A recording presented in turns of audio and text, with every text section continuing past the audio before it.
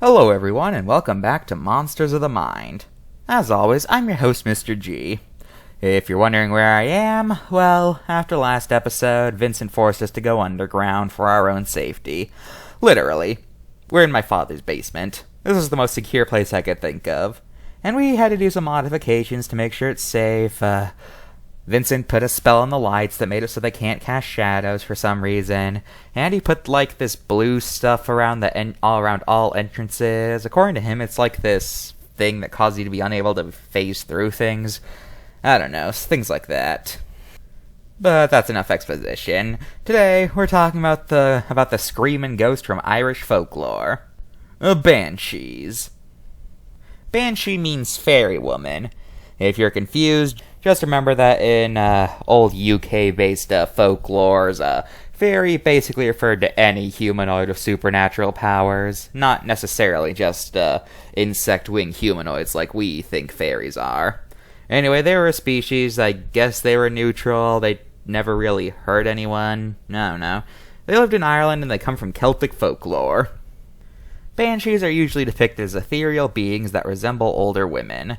The main role of banshees was that they were harbingers of death.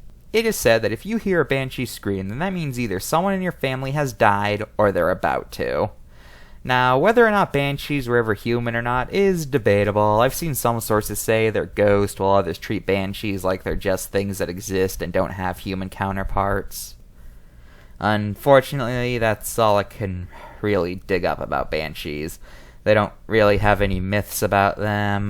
They don't really appear in any stories. They can't really think of any famous myths involving banshees or anything like that. And unfortunately, I couldn't find any other creature that seemed thematically appropriate to pair with banshees, so that's it. I would give the camera to Vincent, but he's busy writing something down, so, well, let's just move on to the card.